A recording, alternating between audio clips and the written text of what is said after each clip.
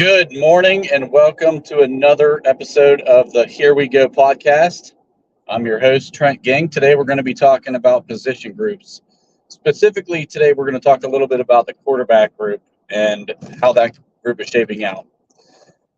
I was thinking the other day about how interesting the current predicament is here in Pittsburgh. We just reshaped the entire quarterback room, which is highly unusual. Mitch Trubisky obviously played his way out of Pittsburgh with getting a release. Mason Rudolph was only brought on a one-year deal. Played well enough that another team wanted his services, and for whatever reason, Pittsburgh wasn't willing to match that or try to bring him back. So he's gone, and Kenny Pickett didn't want quarterback competition, so the Steelers happily obliged and sent him to Philadelphia, where he's not going to be competition. So what do? We bring in a veteran who was on a Hall of Fame track in Russell Wilson. You trade for a guy like Justin Fields with tremendous upside, and you sign a third quarterback in Kyle Allen, who's going to reshape the rest of that room.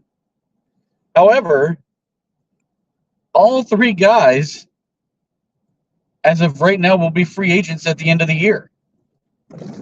There is a very real possibility that this team can lose its entire quarterback room in back-to-back seasons. That is just downright terrifying to me.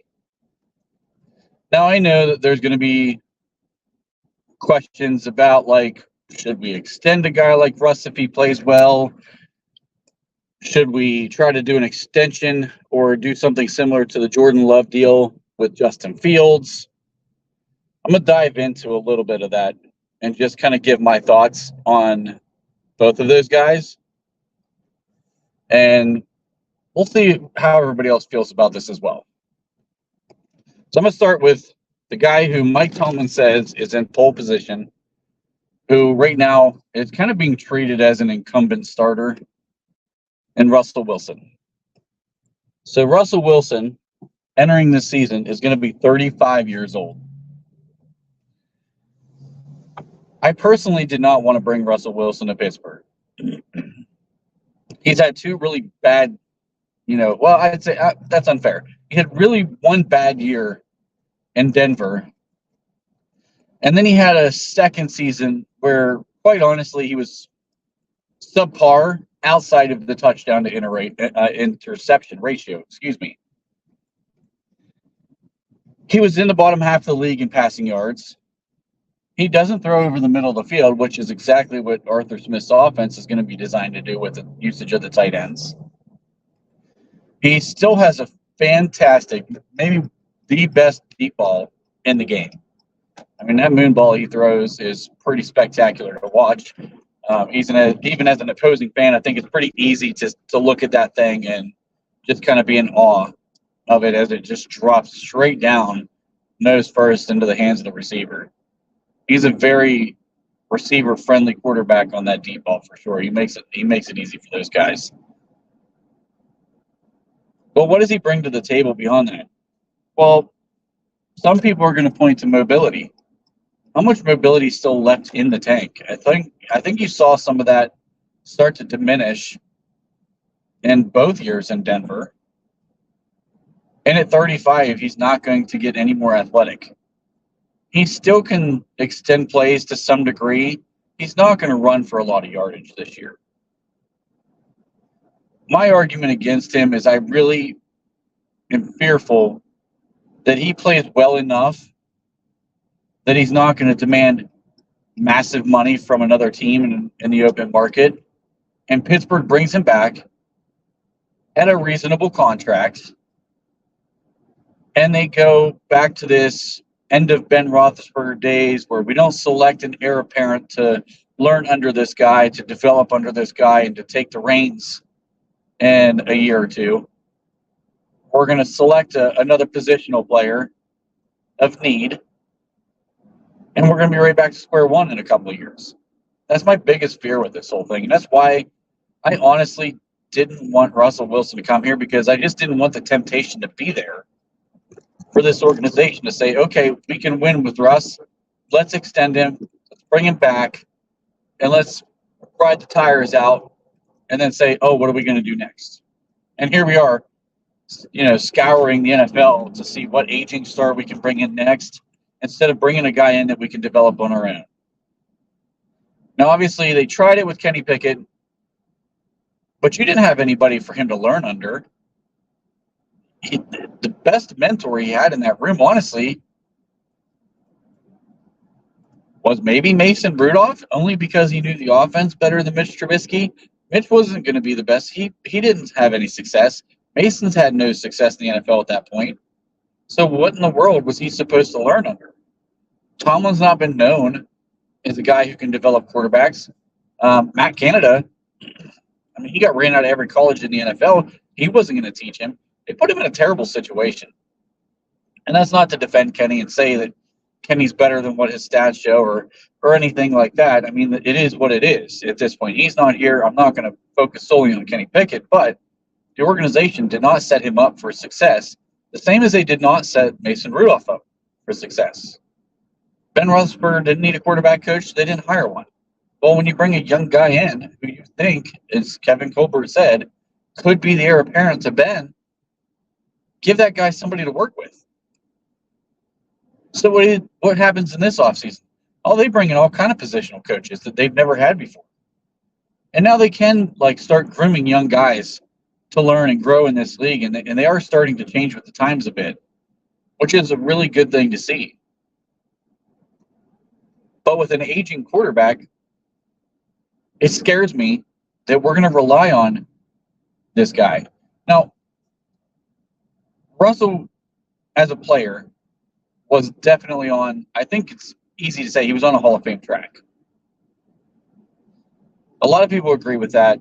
I don't think too many people dispute that. And I also think that it's fair to say the Denver years may have derailed that. He's going to be a fringe guy anyway. He goes to a different team in a different system, and he fails. And he fails so much so that a team is willing to pay him $38 million to play for another team. The coach that they brought in to take that organization back into their former glory says he can't work with this guy. As a fan, that gives me pause, and that makes me really question what is left in the tank for Russell Wilson. Is Sean Payton he doesn't like Russ because he's not a timing quarterback, and his offenses are predicated so much on timing and accuracy that he didn't feel like he could work with him in that way? Was it a personality conflict? There's all kind of rumors that are floating around, and I try not to buy too much into that, because talk after the fact is talk after the fact. There's disgruntled, employees on both ends of this thing that things are going to be said that may or may not even be true. I'm not going to spend time on that.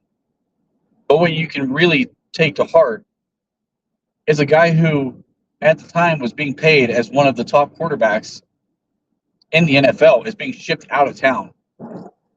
And Denver was willing to pick up the tab for this. That's a little intimidating, I guess, from a fan perspective. So, Russ clearly has a chip on his shoulder. There was a lot of talk about him being a bad teammate. A lot of talk about how he would not fit in Pittsburgh. And I'll say, from the standpoint of those two arguments, neither of those could seem further from the truth. He has had Sierra and his kids at all these events. He's been out in the public. He's been at the Pirates games. He's been at everything. Concerts. He's been at everything. He has really shown he's putting forth an effort to endear himself to this city and to this hardworking community and the fans. There's no doubt about that. He is trying to win over these fans, and he's doing it to the best of his ability right now. And honestly, I don't know that you could ask for a guy to do any more than what he's doing right now. He's taking his teammates out to events with him. He's taking his teammates to dinners.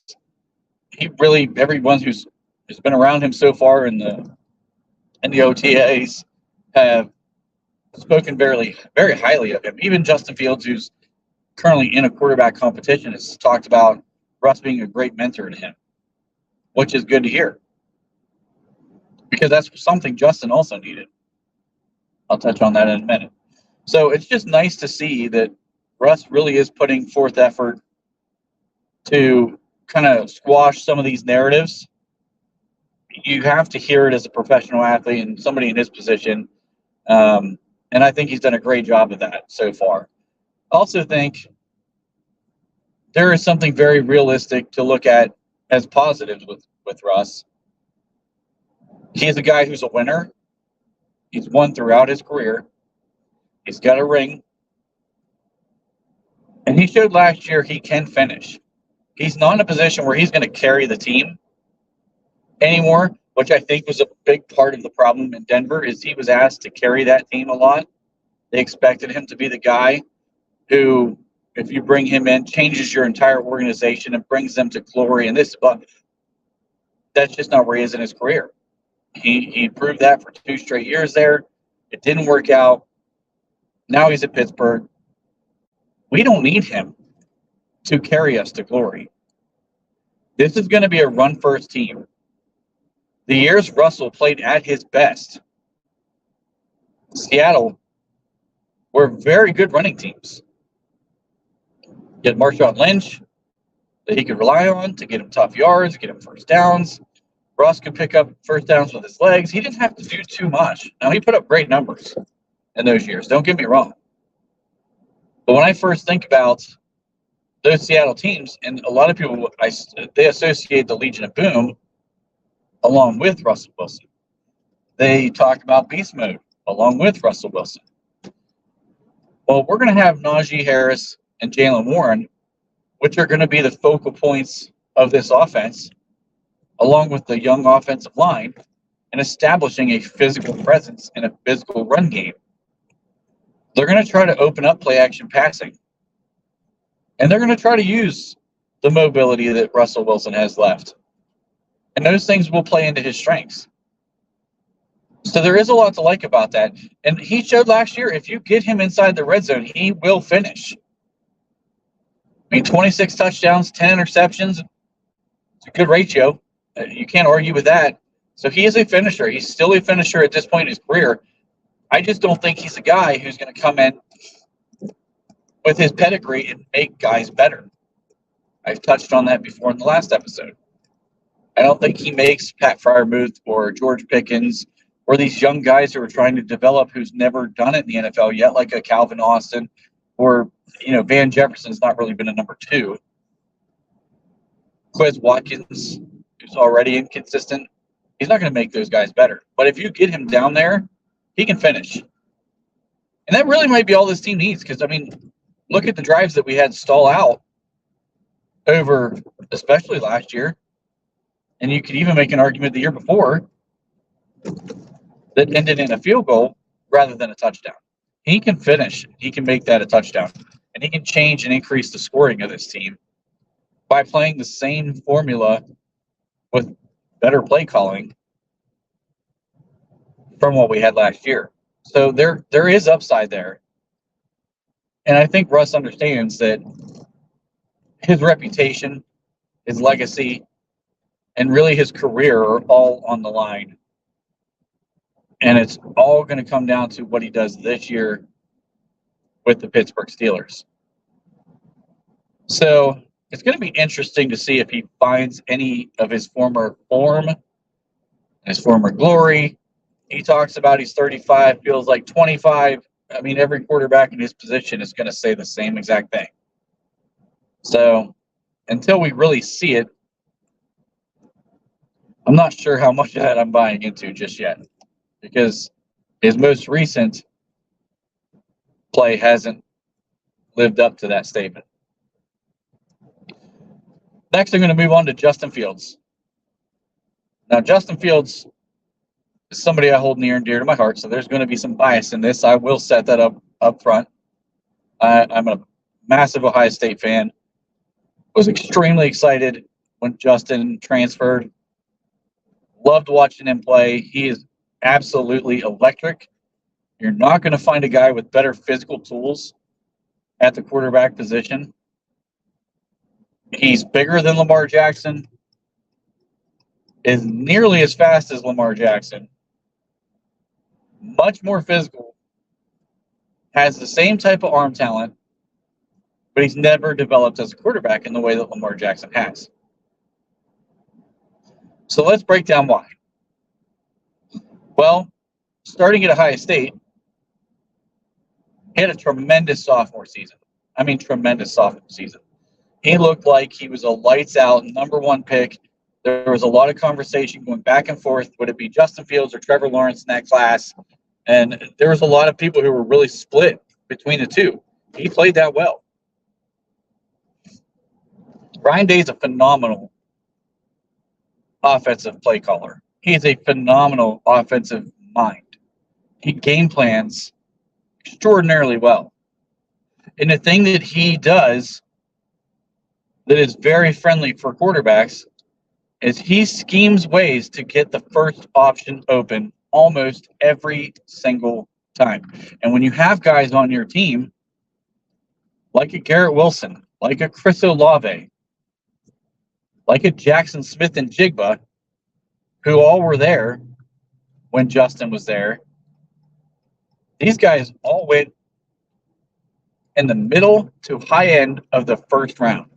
You're not throwing to a slouch, a guy who ends up in the 3rd, 4th round, undrafted. I mean, these are top-tier guys that you're throwing to. That's a knock that a lot of guys coming out of Ohio State get because they have such great playmakers that people feel like their statistics are skewed. I don't necessarily agree with that. Justin was doing his job. He was getting the ball out. He was getting the ball out on time. He was getting the ball out accurately. The thing that Justin didn't do was learn to read the field. He didn't have to. He hardly ever made it past the first or even second reads. That was just part of the system. The way that Ryan Day sets up the games, if you watch Ohio State play, that first guy is open almost every time. It's uncanny how year in and year out he designs it up and it works. And it doesn't matter who's at quarterback, it works. So the second problem with Justin, it's his second full season of playing, which would have been his junior year, and the year he ended up becoming eligible for the draft and declaring for the draft, is that it was the COVID year. They didn't have the full practicing before the season started, into the spring and into the summer and working, and they couldn't do a lot of those things because COVID was around and a lot of that activity was shut down. Then the early part of the season was shut down. It was a shortened season. And Justin really struggled in that season, to be honest with you.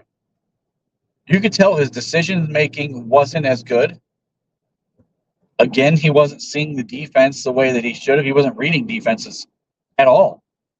He was looking to the sideline, getting the call. He was looking back to the sideline, getting the checks. And everything was being done for him, which I get it. A lot of the college atmosphere is turning that way to play faster and to let these kids just be who they are and be athletic and not have to make decisions. But it really hinders their development as actual quarterbacks and actual players. So from my standpoint, Justin really did not develop as a quarterback at Ohio State in the way that I felt he should have. I was making arguments, and I was well into the minority on this, that he should not declare for the NFL draft after that season. I just thought there were too many deficiencies in his game. I thought there was just no chance that he would be set up for success as a rookie. And of course, you don't know where they're going to ultimately end up being drafted, but you know if he's going to be a high pick, he's not going into a great situation. And that's exactly what happened. He goes to Chicago. Chicago basically tries to make this kid the entire team. And they put a lot of weight on his back very early on. And I thought it was pretty unfair. They didn't surround him with weapons. He didn't have a great offensive line. And they didn't seem to be addressing that until they brought in DJ Moore. So, of course, he did struggle. He was used to playing with the top athletes at Ohio State, and he comes to Chicago, and this team is just horrendous. They're a terrible franchise. So he goes from having a lot of weapons to very little to work with. He doesn't adjust to it well. He starts using his legs way more than he probably should have. These aren't all designed. He's rushing for 1,000 yards. Yeah, sure. Is it remarkable? Absolutely. But did he need to run for 1,000 yards? Those were not called plays. He was just taken off if the first read wasn't there. That, again, shows a lack of development. And it seemed that Chicago was not really putting him in a position where they were going to try to develop him. So now he's set back for another year. Now, of course, last year, once DJ Moore is there, he and DJ Moore had a great year together. I believe DJ Moore had 1,400 yards, 9 touchdowns. Thrown to a guy like that, he showed he could play. Cole Kmet's a solid tight end. So I'm not trying to discredit a guy like that. Darnell Mooney is a solid player, but he's definitely not a number one, which is what he was asked to be early in Justin's career. But I thought you saw more flashes. But again, the offensive line was bad. Justin holds the ball too long. They didn't really teach him how to read defense. So you'll see a lot of plays where he's scanning the field and he's missing it because he's hanging on to his first option too long. And he's just waiting on that first option to come open. So he definitely needs some development pieces to go along. But if you talk about freak athlete, I mean, this guy should be the picture in the book next to freak athlete. He is absolutely phenomenal. And if they learn how to work with him and develop his talents, he can be something special. The ceiling is still very high. The problem is his floor is also very low. So there's a lot to show as a real boom or bust in a move for Justin Fields. I'm going to be controversial in this. I think Justin should be the day one starter. I think they should let him play the whole season and see what you have and see what you can develop him into in 1 year. And the worst case scenario is he falls flat on his face and we end up with a high-end pick anyway.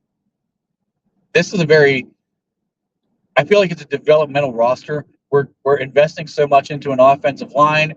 They're wanting to invest more in the defensive line, build out the trenches, and then build this team up from there, which is exactly how a team should be built. So what happens if you have an actual losing season? Oh, God, we don't want to ruin Tomlin's losing season streak. But at the same time, you have to find out what you have in a guy who's 25 as opposed to 35. Because he actually could potentially be your franchise quarterback. And then maybe you show you did have a plan all along. Or you find out really quickly he's not. And he's exactly who he was in Chicago. And he's more of a backup who you can utilize on some gimmick plays and short yardage situations to try to pick up first downs. And you get a high pick in the draft and you go try to find your guy there. And then you start back with a quarterback on a rookie contract where you can dump money into other positions to build the roster back up and try to compete. I don't see a real losing situation from that, but I'm clearly in the minority on that as well. Not a lot of people seem to agree with me. So it's really going to be interesting to see what the ultimate plan is here.